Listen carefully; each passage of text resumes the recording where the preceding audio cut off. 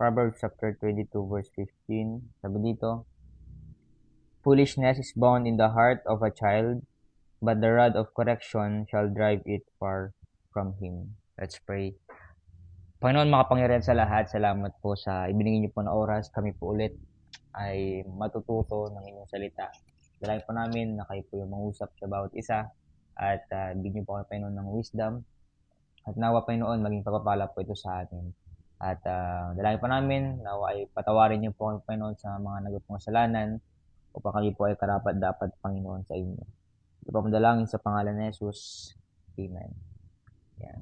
Sabi dito, foolishness is bound in the heart of a child. Yan. So, yung mga bata, 'di ba, pinapalo sila para sila ay matuto. Yan. Pero dati talagang pinapalo kahit ano, pwedeng hanger, mga matitigas na bagay, ganyan. Yung iba pa nga dati talagang habulin ka ng palo. Minsan sintron, sintron yung ipang papalo, ganun. Kasi matigas yung ulo.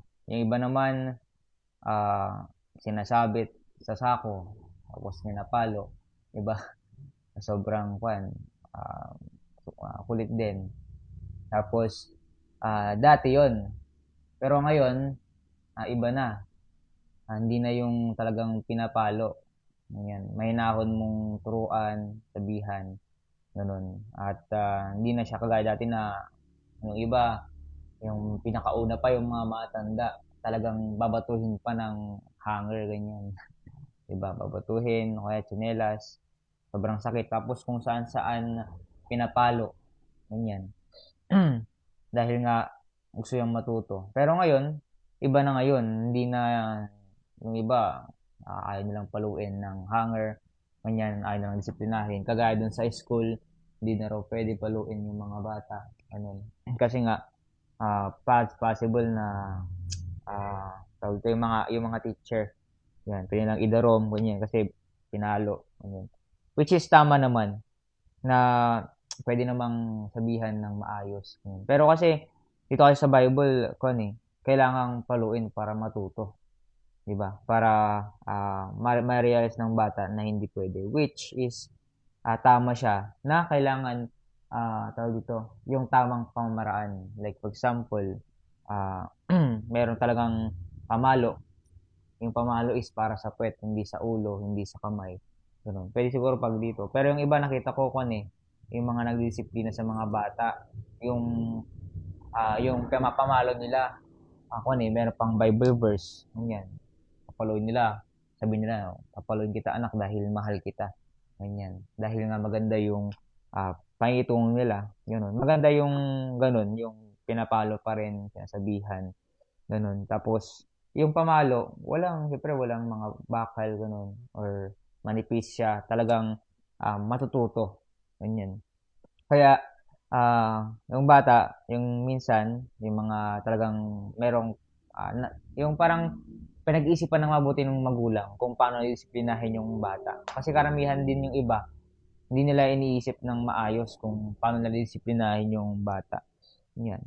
At kaya yung iba, masalong nagiging mapaglaban sa mga bata kasi nga, yung pagpalo nila sa katawan, sa kung saan-saang parte ng, kasi hindi na iniisip kung paano nila papaluin. Kasi di ba minsan yung parents emotional na, ang kulit, ganyan, ang kulit, tapos kung saan mo na, pwede mo siyang, tawag dito, hanggat maaari, tawag dito yung parang babatukan mo kasi sobrang kulit, ganun.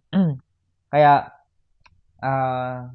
yung iba napapasama, yung iba naglalayas, ganun, yung mga bata.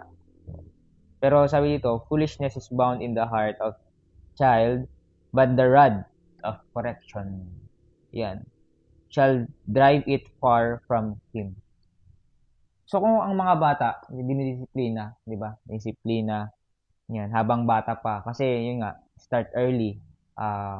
Habang bata pa, putulin na yung sungay, 'di ba? Disiplinahin na. Para kahit papaano, kapag lumaki, ando na, disiplina na, 'di ba?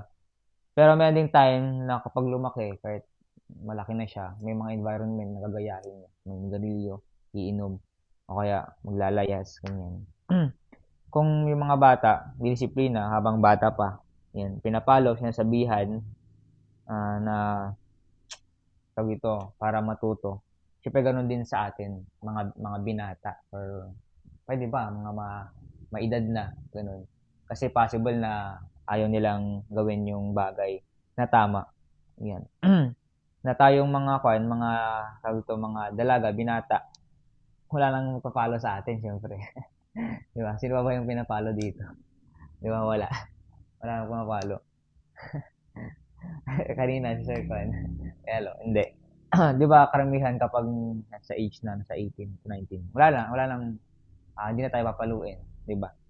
Pero dahil nga wala nang magsito sa atin, sometimes gagawa pa rin tayo ng kasalanan.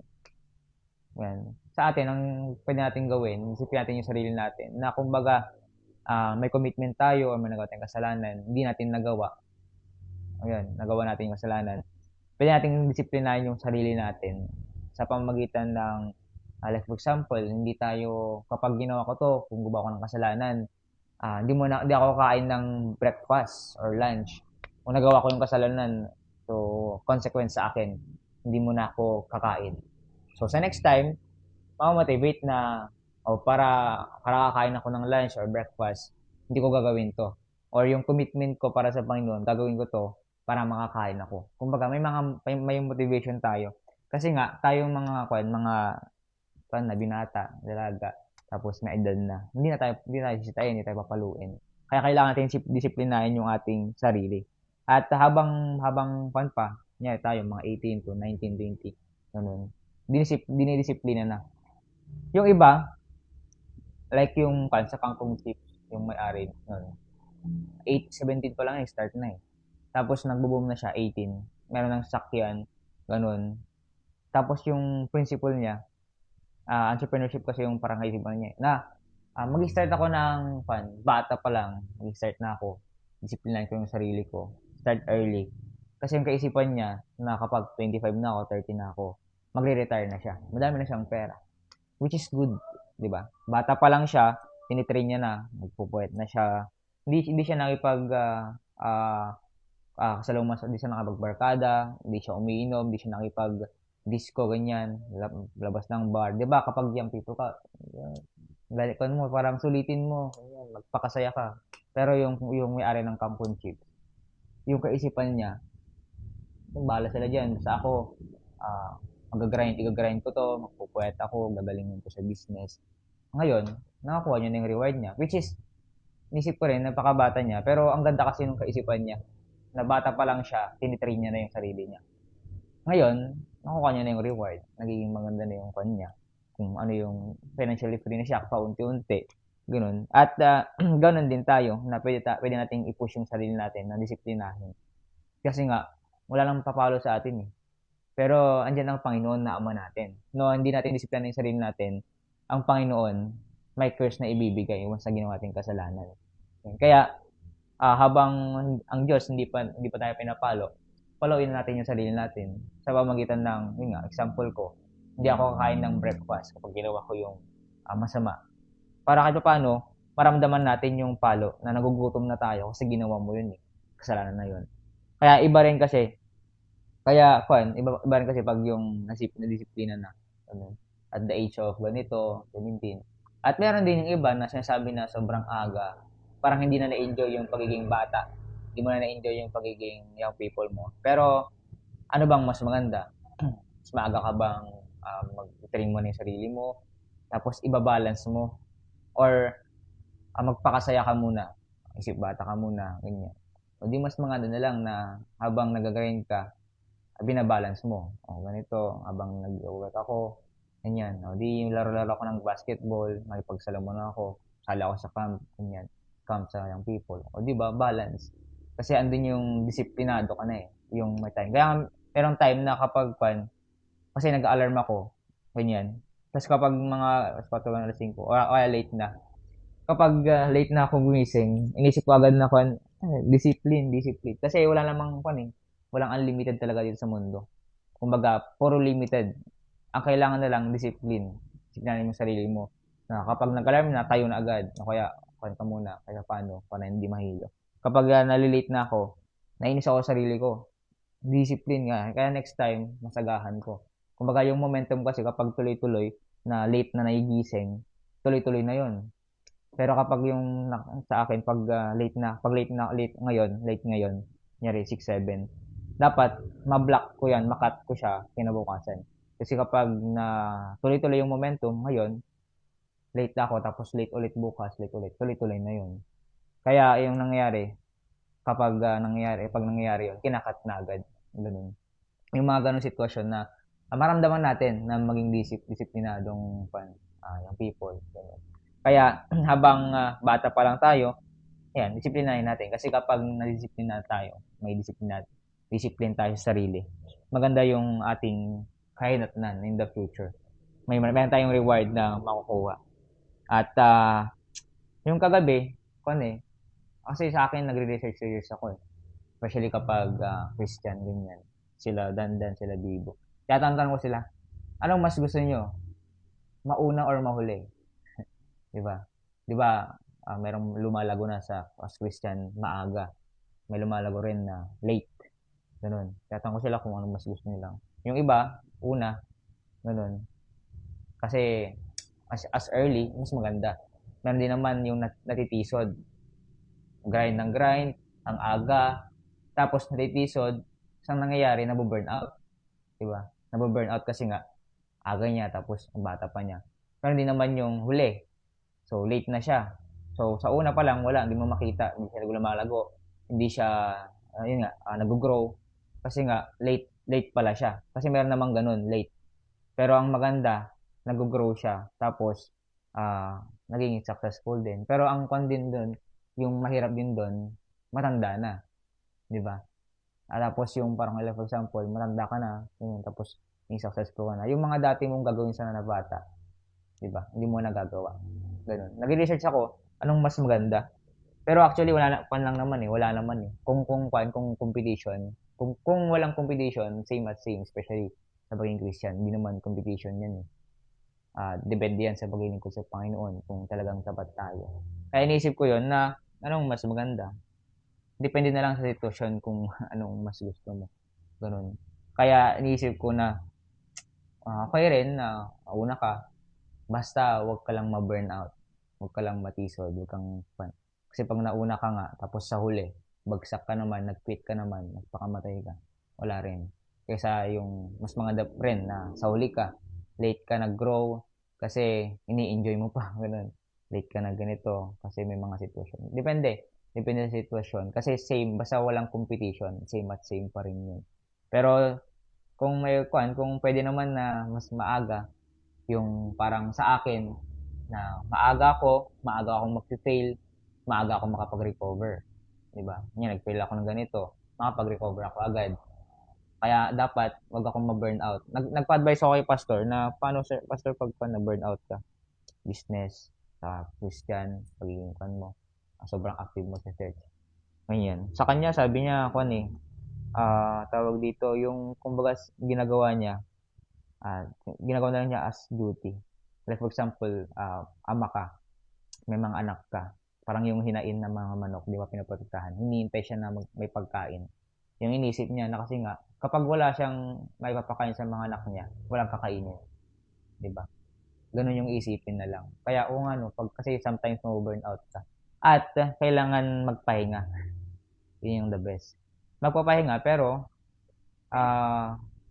hindi yung papahinga na dire-diretso na nag-quit ka na. Magpapahinga na, like for example, power nap. Pagod ka. O pag 30 minutes, tapos ka na agad. Kasi kapag na-extend yung 30 minutes as an experience, mamawa ng 1 hour to 2 hours, wala na. Sakit na ka sa katawan, hindi ka na makapagtrabaho ng mabuti. Pero pag yung power nap lang, rest. Ganun. O kaya bakasyon, kasi burnout ka. Rest ka muna ng 1 day o 2 days. After that, balik na ulit. Ganun. So, yun yung nagiging maganda kapag nag-start tayo sa mas maaga. Kaya nga, yung mga mayayaman, yan, mga nakita ko, 3 a.m. gising na sila, 4 a.m. Kaysa yung mga hindi lumalago. alas 8 na, nagigising, alas 9. Wala, hindi sila nag-grow. Kaya nga, may ma-advantage din, tsaka may disadvantage din. Depende na lang kung paano mo siya titignan.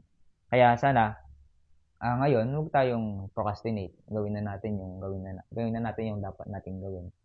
Especially para sa Panginoon. Habang bata pa. Mayroon akong nakita yung pastor ni Ma'am Hazel. Nag-start siya mag-pastor at 17 years old. Hindi 18 na siya. Ngayon, sa Vietnam siya. Dami lang nag-train ng mga preacher, mga pastor. Kaso ban na siya dun. Bakit? Hindi kasi pwedeng mag-share ng gospel eh. Ban na siya. Ngayon naman, dami nagmamahal sa kanya. Dami niya kasing natulungan, na train. Ano. Tapos, ilang taon na siya ngayon, parang nasa 30, 45. Dami niya ng mga mission. Ngayon, nag-mission ulit siya sa ibang bansa kasi terminate na siya dun sa Vietnam eh. Ganun. Kumbaga, iba yung advantage talaga kapag bata pa lang. Ganun, may advantage na bata. Meron din naman na advantage ako. Basta depende lang sa sitwasyon. Ganun, case to case basis pa rin. Kaya, mas maganda na mas early. Diba? Mas maaga. At lagi nating agahan, habang may time, oras, may commitment tayo. O ito yung time, agahan natin. Kasi para naman sa atin. Matitrain tayo, yung sarili natin, di ba? Meron tayong reward din in the future. Sa ngayon, hirapan muna, tiis-tiis muna. Pero after that, kung talagang seryoso tayo, especially para sa Panginoon, magkakaroon tayo ng bunga. Kaya wag tayong mag-procrastinate kung ano yung natin, kung ano yung goal natin ngayon, gawin na natin agad. Yan. So let's pray. Panginoon, pong salamat sa inyong binigay.